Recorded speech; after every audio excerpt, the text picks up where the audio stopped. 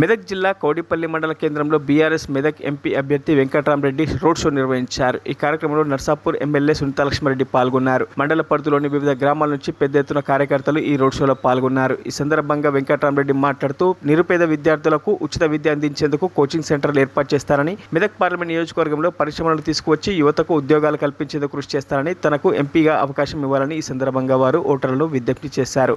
ప్రజాప్రతినిధిగా మీ సేవలో ఎల్లప్పుడూ ఉంటానని చెప్పి మీ అందరికీ సవివరంగా మనవి చేస్తా ఉన్నా.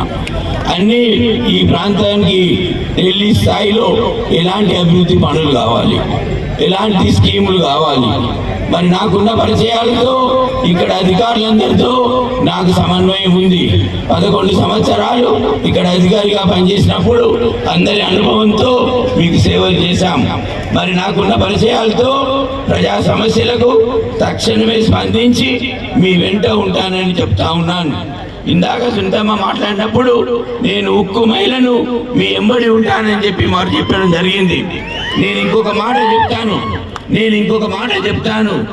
ఇవాళ కాంగ్రెస్ ప్రభుత్వం పోలీసులు కేసు పెట్టి మనందరి మీద, మన చంద్రగౌడ్ గారికి, సీనియర్ నాయకులు గోపి గారికి, మన కోఆప్షన్ జెడ్పీటీసీ మన్సూర్ భాయ్ గారికి, రామాగౌడ్ గారికి, సులభ్ పార్టీ ప్రెసిడెంట్ మన అశోక్ రెడ్డి గారికి, సభా వేదిక పైన చాలా మంది పెద్దలు ఉన్నారు.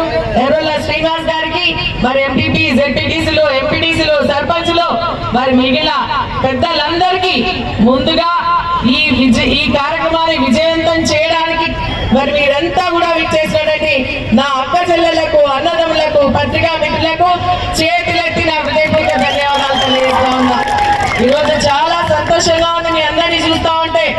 ఎందుకంటే చాలా మంది అనుకున్నారు ఏంటంటే ఈ రోజు కౌడిపల్లిలో కాంగ్రెస్ బాగా పెరిగిపోయింది, మరి బీఆర్ఎస్ తగ్గింది, ఎందుకంటే నాయకులు వెళ్ళిపోయిందని చెప్పేసి అనుకున్నారు. కానీ నాయకులు పోయినా సరే, ఎన్ని ఇబ్బందులు పెట్టినా, మీ రావద్దు ఈ మీటింగ్ అని చెప్పినా కూడా మళ్ళీ రెట్టింపు ఉత్సాహంతో వచ్చి కార్యక్రమాలు కూడా మేము ఎప్పుడు రుణపడి ఉంటామని చెప్పేసి తెలియజేస్తా ఉన్నా.